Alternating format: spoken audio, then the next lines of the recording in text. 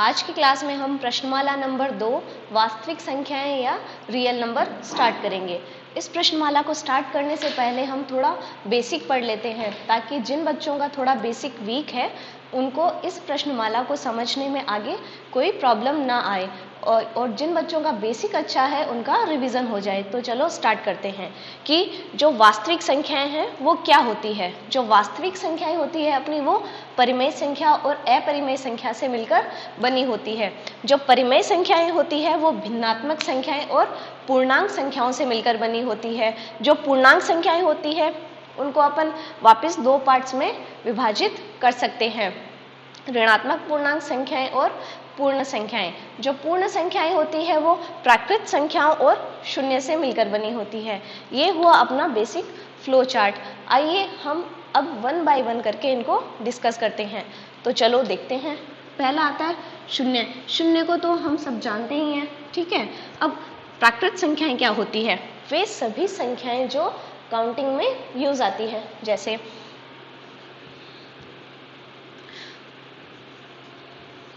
1, 2 से लेकर कोई भी n संख्या, मतलब कोई भी एक बड़ी संख्या, ये सब आएगी प्राकृत संख्या में। जैसे हम कोई भी चीज की अगर काउंटिंग करते हैं तो वो कहाँ से स्टार्ट करते हैं? 1, 2, 3। तो मतलब प्राकृत संख्याएं वे संख्याएं जो काउंटिंग में यूज आती है, ठीक है। फिर यदि इन प्राकृत संख्याओं के साथ शून्य को जोड़ दिया जाए तो वो बन जाती है पूर्ण संख्याएं, ठीक है। पूर्ण संख्याओं को हम यूं लिख सकते हैं, पूर्ण संख्याओं को होल नंबर भी बोलते हैं, इसको W से डिनोट करते हैं, कैपिटल W, ठीक है।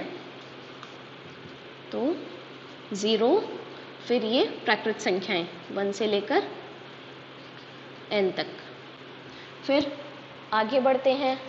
अब इन पूर्ण संख्याओं के साथ ऋणात्मक पूर्णांक संख्याएं जोड़ देते हैं। अब ये ऋणात्मक पूर्णांक संख्याएं क्या होती है, आओ देखते हैं। ऋणात्मक पूर्णांक संख्याएं मतलब कि जैसा कि हम सब जानते हैं 0 के उस साइड पॉजिटिव नंबर होते हैं, 0 के इस साइड नेगेटिव नंबर होते हैं। तो ऋणात्मक पूर्णांक संख्याएं होती है -1 से लेकर -2, -1, ठीक है। अब ये जो ऋणात्मक पूर्णांक संख्याएं हैं जब पूर्ण संख्याओं के साथ मिलेगी तो वो बन जाएगी पूर्णांक संख्याएं या इंटीजर, ठीक है। तो पूर्णांक संख्याओं को डिनोट करते हैं I से, इंटीजर से। I बराबर -1 से स्टार्ट, -n से स्टार्ट करेंगे अपन, -n, -2, -1 और होल नंबर को ऐड कर देंगे। होल नंबर 0, 1 से लेकर पॉजिटिव n तक। n अपनी कोई भी प्राकृत संख्या है, ठीक है। हम यहाँ तक बात कर चुके हैं कि पूर्णांक संख्याएं क्या होती है, ठीक है। अब बात आती है भिन्नात्मक संख्याएं। वे संख्याएं जो पूर्ण अंक ना बनाती हो, जैसे बट्टे वाली संख्याएं जिनको अपन सिंपल लैंग्वेज में बोलते हैं, जैसे 1/3 हो गया, 2/3 हो गया, सो ऑन, ये सब अपनी होती है भिन्नात्मक संख्याएं। जैसे अभी अपन ने समझी पूर्णांक संख्याएं, ठीक है। और पूर्णांक संख्याओं के साथ जब अपन भिन्नात्मक संख्याएं जोड़ देंगे तो वो बनेगी अपनी परिमेय संख्याएं। ये यहाँ तक कितना समझ आया, ठीक है। अब परिमेय संख्याओं को हम मैथमेटिकल लैंग्वेज में कैसे बता सकते हैं, तो चलो देखते हैं। परिमेय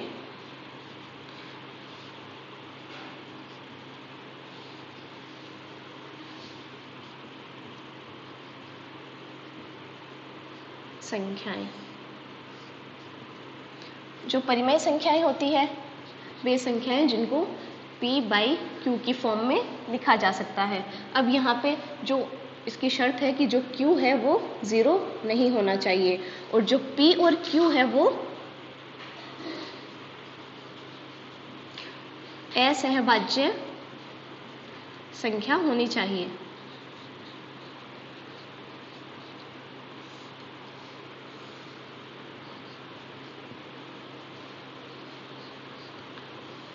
अब परिमेय संख्याओं को समझने से पहले हमें ये देखना होगा कि जो असहभाज्य संख्या है वो क्या होती है। इनको समझने के लिए हम ऐसे मान सकते हैं कि कोई भी दो संख्याएं हैं वो असहभाज्य संख्याएं तभी होगी जब उनका जो HCF है वो 1 होगा। HCF क्या होता है हम सभी जानते हैं, HCF होता है महत्तम समापवर्तक।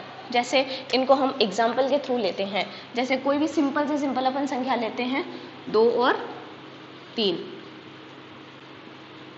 आइए देखते हैं कि 2 और 3 इनका LCM 1 आता है कि नहीं। 2 के फैक्टर करेंगे तो अपने पास आएगा 2 और 1। 3 के फैक्टर करेंगे तो आएगा 3 गुणा 1। अब इनका कॉमन फैक्टर क्या है 1, मतलब कि जो इनका HCF है वो आ रहा है अपने पास 1। तो ये जो 2 और 3 है वो हो गई अपने पास असहभाज्य संख्या, माने कि जो 2/3 होगा वो अपने पास होगा एक परिमेय संख्या। अब हम क्या बोल सकते हैं कि परिमेय संख्या के एग्जाम्पल में क्या आएगा, ठीक है। जो भी हमने अभी तक संख्याएं पढ़ी हैं, प्राकृत संख्या, पूर्ण संख्या, पूर्णांक संख्या, भिन्नात्मक संख्या, ये सब परिमेय संख्या ही है, ठीक है। फिर आगे देखते हैं कि अपरिमेय संख्याएं क्या होती है।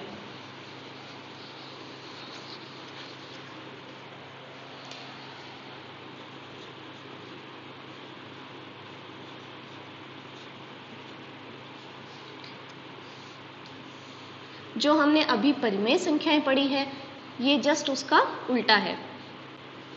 जैसे हमने अभी बोला जो परिमेय संख्याएं होती है उनको हम P/Q की फॉर्म में लिख सकते हैं, तो अपरिमेय संख्याएं क्या होगी, जिनको हम P/Q की फॉर्म में नहीं लिख सकते, ठीक है।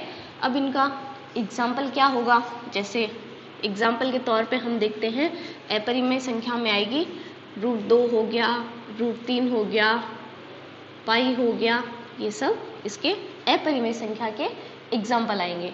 इतना बेसिक आपके समझ में आया, ठीक है। तो हम कुछ और टर्मिनोलॉजी समझ लेते हैं जो हमारे इस चैप्टर में काम आएगी। इस प्रश्नमाला से संबंधित हम अब कुछ और इम्पोर्टेंट टर्मिनोलॉजी डिस्कस कर लेते हैं, जैसे अभाज्य संख्या क्या होती है,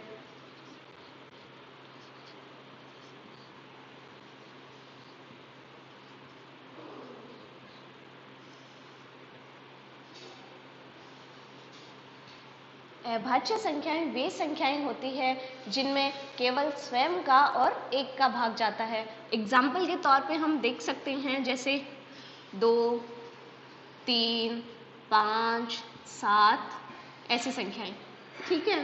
फिर देखते हैं भाज्य संख्याएं।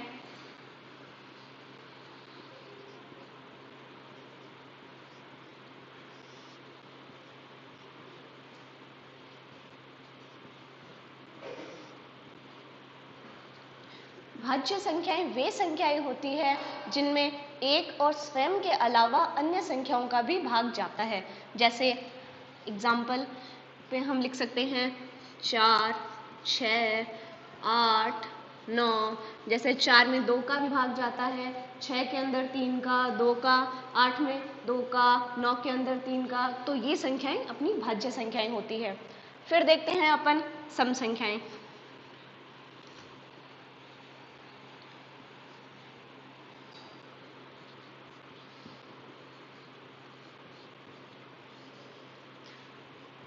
सम संख्याएं वे संख्याएं होती है जो 2 से विभाजित होती है, या हम इनको ऐसे भी बोल सकते हैं वे संख्याएं जो 2 का गुणज होती है। तो हम इनको कैसे लिख सकते हैं 2n, जहां n क्या होगा, n कोई भी प्राकृत संख्या है, 1 से लेकर n तक कोई भी बड़ी संख्या आप मान सकते हैं।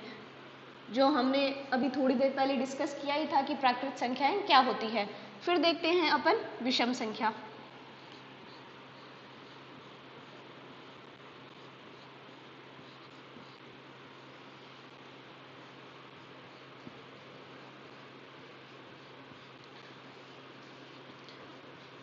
जैसा हम सभी जानते हैं विषम संख्याएं क्या होती है। विषम संख्याएं नाम से भी पता चल रहा है सम संख्या का कुछ उल्टा ही होगी। तो विषम संख्याएं वे संख्याएं होगी जो सम संख्याएं नहीं होगी। अभी हमने बताया था सम संख्याएं होती है जो 2 से विभाजित होती है या 2 की गुणज होती है। तो विषम संख्याएं क्या होगी, जो 2 से विभाजित नहीं होती या 2 का गुणज नहीं होती। यदि हम सम संख्या के अंदर 1 बढ़ा दें तो हमें विषम संख्या प्राप्त होती है। तो फॉर्मूले में हम इसको कैसे लिख सकते हैं, या इसको हम कैसे डिनोट कर सकते हैं 2n + 1, जहाँ पे n क्या होगा वही प्राकृत संख्या। अब आगे चलते हैं अपने नेक्स्ट टॉपिक पे। अपना नेक्स्ट टॉपिक होगा, और इस प्रश्नमाला का जो पहला टॉपिक है वो है यूक्लिड विभाजन प्रमेय का। तो देखते हैं यूक्लिड विभाजन प्रमेय का क्या है।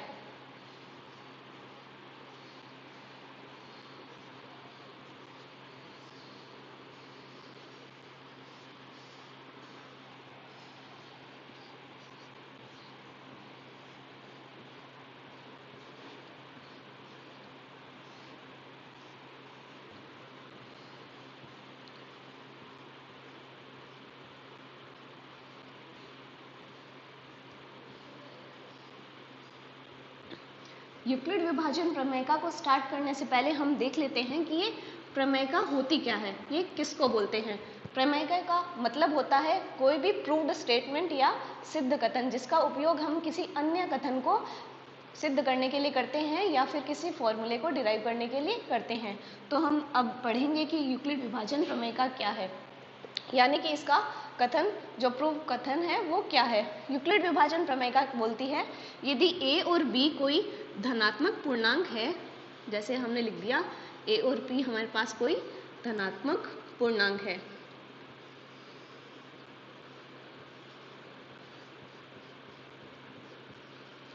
तो कोई अन्य पूर्णांक q व r इस प्रकार होंगे कि, इसको हम पूरा लिख देते हैं,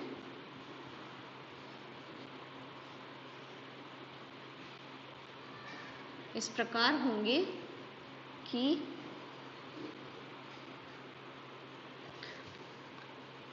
a is equal to B Q plus का r। यही इस यूक्लिड विभाजन प्रमेयिका का कथन है। अब देख लेते हैं एक एक टर्म को कि यहाँ पे a, b, q, r को हम अगर a और b का मतलब a में b का भाग दें तो q और r को हम किस प्रकार डिनोट करते हैं। जैसे q हमारे पास आएगा भागफल,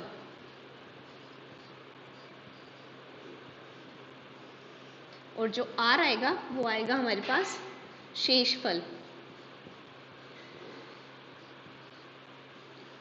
और जो इस प्रमेयिका में r की जो वैल्यू होगी वो होगी 0 के इक्वल या उससे बड़ी और b से हमेशा छोटी। ये इंपॉर्टेंट चीज है। और एक चीज हमें इस प्रमेयिका में और ध्यान रखनी है कि जो q के मल्टीपल में होगा वो हमेशा ही b होगा। इसको अगर हमें क्वेश्चन में दिया गया होगा तो q के मल्टीपल में जो होगा उसको हम b लेंगे, या फिर हम इसको थोड़ा इंटरचेंज भी कर सकते हैं, जो भी क्वेश्चन की डिमांड होगी उसके अकॉर्डिंग हम देख लेंगे, ठीक है। और अभी हमने बताया कि ये जो यूक्लिड विभाजन प्रमेयिका है इसका उपयोग हमने बताया कि किसी और कथन को सिद्ध करने में किया जाता है, ठीक है। तो इस प्रमेयिका का उपयोग हम कहाँ करेंगे, तो इस प्रमेयिका का उपयोग हम यूक्लिड विभाजन एल्गोरिथम में करेंगे। तो आपको इतना समझ आया? अगर नहीं भी आया है तो इसको हम एक एग्जाम्पल के थ्रू भी समझ सकते हैं। तो हम उस एग्जाम्पल को बोर्ड पे लिख लेते हैं। इस क्वेश्चन का हम सॉल्यूशन देखते हैं। क्वेश्चन में हमें दिया गया है कि हमें मतलब कि दर्शाना है, ऐसा बोला गया, दर्शाना है मतलब कि हमें सिद्ध करना है कि कोई धनात्मक पूर्णांक 3q या 3q+1 और 3q+ के रूप में लिखा जा सकता है, ये हमें प्रूव करना है। तो हमें ये जो धनात्मक पूर्णांक है इसको 3q, 3q+1 और 3q+2 के बराबर प्रूव करना है। तो धनात्मक पूर्णांक हमें दिया नहीं गया है, ये हमें मानना पड़ेगा। तो हम लिख लेते हैं, माना कि जो हमारा धनात्मक पूर्णांक है वो है a, माना कि कोई धनात्मक पूर्णांक x, या सीधा ही लिख लो, माना कि एक धनात्मक पूर्णांक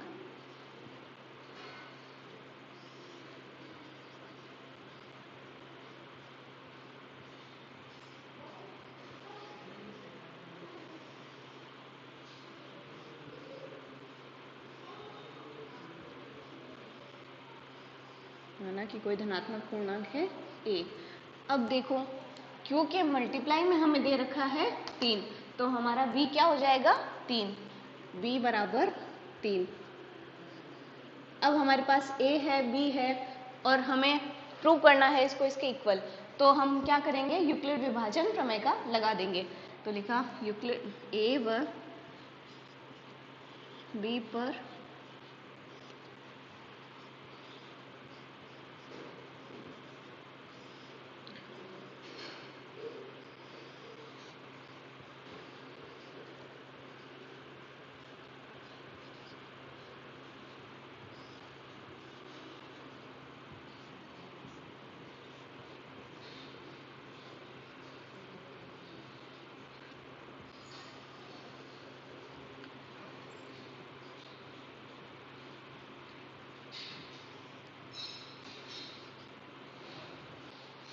तो ए और बी के बीच में हम यूक्लिड विभाजन प्रमेय का लगाएंगे।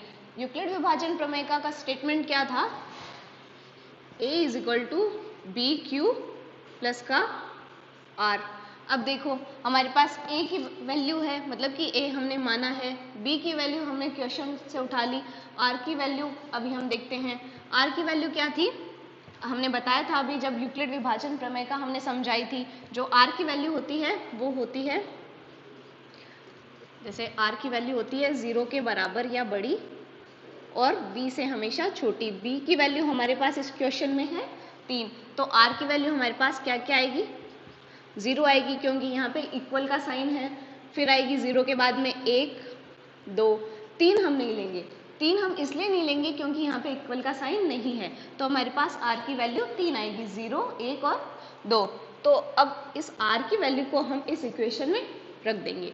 तो a बराबर b है हमारे पास 3, q एज इट इज, और r की वैल्यू सबसे पहले हमने रखी 0। फिर आगे रखेंगे हम a बराबर 3q प्लस का 1, फिर वापस रखेंगे r की अगली वैल्यू है 2, तो 3q प्लस का 2। तो यही तो हमें प्रूव करना था, इसको सीधा 3q भी हम लिख सकते हैं, ठीक है। तो हमारे पास a बराबर आ गया 3q, फिर आया हमारे पास a बराबर 3q प्लस का 1, फिर आया a बराबर 3q प्लस का 2। यही हमें प्रूव करना था, लिख देंगे हम। अतः कि जो हमने धनात्मक पूर्णांक माना है उसको 3q प्लस 1 और 3q प्लस 2 के रूप में लिखा जा सकता है। अब चलते हैं अपने अगले टॉपिक पे। अपना अगला टॉपिक है यूक्लिड विभाजन एल्गोरिथम। तो देखते हैं कि यूक्लिड विभाजन एल्गोरिथम क्या है।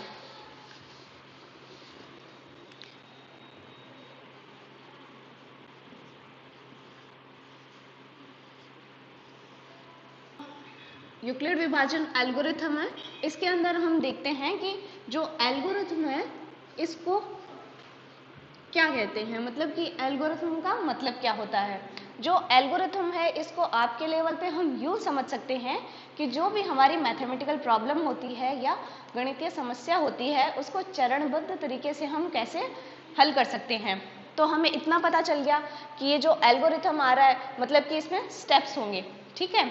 अब है यूक्लिड विभाजन एल्गोरिथम। हमने अभी थोड़ी देर पहले ही बताया था कि जो यूक्लिड विभाजन प्रमेयिका थी उसका उपयोग हम इस यूक्लिड विभाजन एल्गोरिथम में करेंगे। तो हमें इतना पता चल गया कि इसके अंदर स्टेप्स आएंगे हमारे, और ये यूक्लिड विभाजन प्रमेयिका का जो स्टेटमेंट था उस पर आधारित है, तो उसका इसके अंदर यूज होगा। अब देख लेते हैं अपन कि ये यूक्लिड विभाजन एल्गोरिथम अपने काम किस आता है। तो बेसिकली ये जो यूक्लिड विभाजन एल्गोरिथम है ये HCF निकालने का एक तरीका है। अब आप बोलेंगे कि जो HCF अपन जो अपना कन्वेंशनल मेथड है उससे भी तो निकाल सकते हैं। नहीं, अगर अपने पास कोई बहुत बड़ी वैल्यू आ जाए तो उसका HCF हमारे लिए उस पुराने वाले मेथड से बहुत लेंदी हो जाता है, तो उस कमी को दूर करने के लिए हम इस एल्गोरिथम का उपयोग करते हैं। तो देख लेते हैं कि ये यूक्लिड विभाजन एल्गोरिथम क्या है। तो इसके अंदर हमें पता है कि जो a बराबर बी क्यू प्लस का r है उस स्टेटमेंट का यूज होगा, ठीक है। इस यूक्लिड विभाजन एल्गोरिथम में HCF निकालना होगा हमें, तो हमारे पास दो वैल्यू हमें क्वेश्चन में दी गई होगी। जैसे सपोज किया a और b हमें कोई दो वैल्यू दे रखी है, उसके अंदर जो a की वैल्यू है वो हमें b से बड़ी दी गई होगी, तो हमें a और b का HCF निकालना है। तो हम क्या करेंगे, स्टेप फर्स्ट या चरण पहला, उसके अंदर हम ये यूक्लिड विभाजन प्रमेय का लगाएंगे, a बराबर बी क्यू प्लस का r।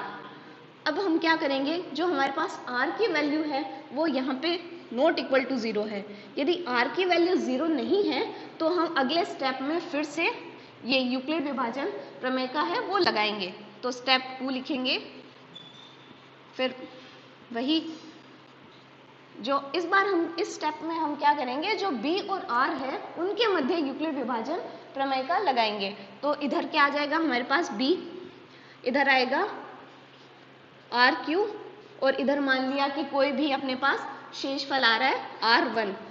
और ये जो स्टेप है अपन तब तक करते जाएंगे जब तक हमारे पास जो R की वैल्यू है, जो शेषफल है वो 0 ना आ जाए। और जिस स्टेप के अंदर हमारा जो R है वो 0 आ जाएगा, उसी स्टेप का जो B होगा, मतलब जो भाजक होगा, वही हमारा होगा HCF। इतना समझ आया? ठीक है। अब जो यूक्लिड विभाजन एल्गोरिथम है इसको हम एक एग्जाम्पल के थ्रू समझते हैं। हम कोई एक एग्जाम्पल लेते हैं, कोई भी रैंडम नंबर ले लो। जैसे एग्जाम्पल के लिए हम लेते हैं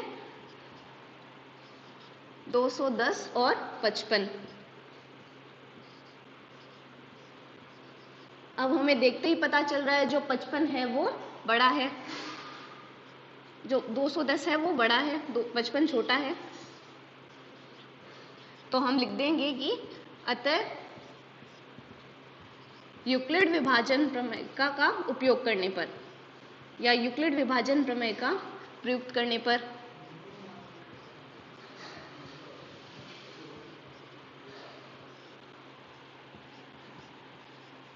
यूक्लिड विभाजन प्रमेय का प्रयुक्त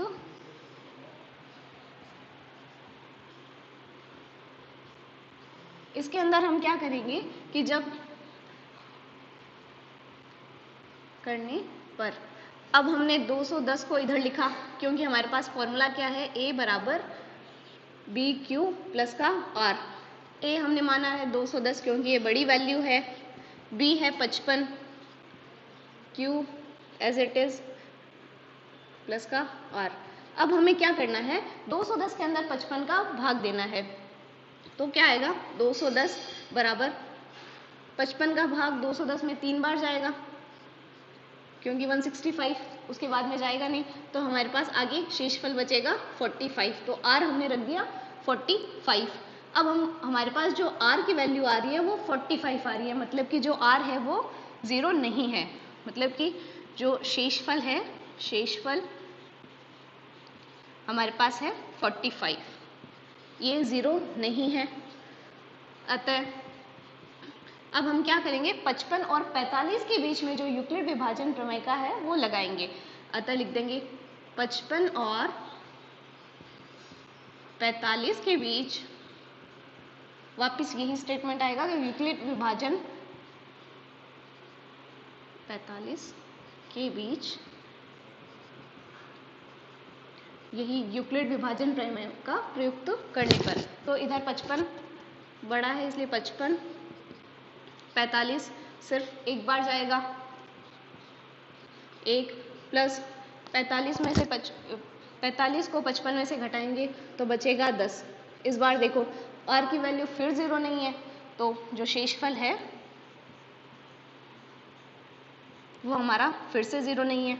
तो फिर से यूक्लिड विभाजन प्रमेय का अपन लगाएंगे, तो फिर से लिख देंगे कि ये नॉट इक्वल टू 0 है। अतः 45 और 10 के बीच यूक्लिड विभाजन प्रमेय का लगाने पर, तो इधर आएगा 45 बराबर जो 10 है वो 4 बार जाएगा, तो 4 प्लस का, अब 40 में से 45 घटाया तो बचा हमारे पास 5। इस बार हमारा फिर जो r है वो 0 नहीं है, तो हमें वापस 10 और 5 के बीच में यूक्लिड विभाजन प्रमेय का फिर से लगानी पड़ेगी। तो हम फिर से लिख देंगे जो शेषफल है, जो 5 है वो 0 नहीं है। अतः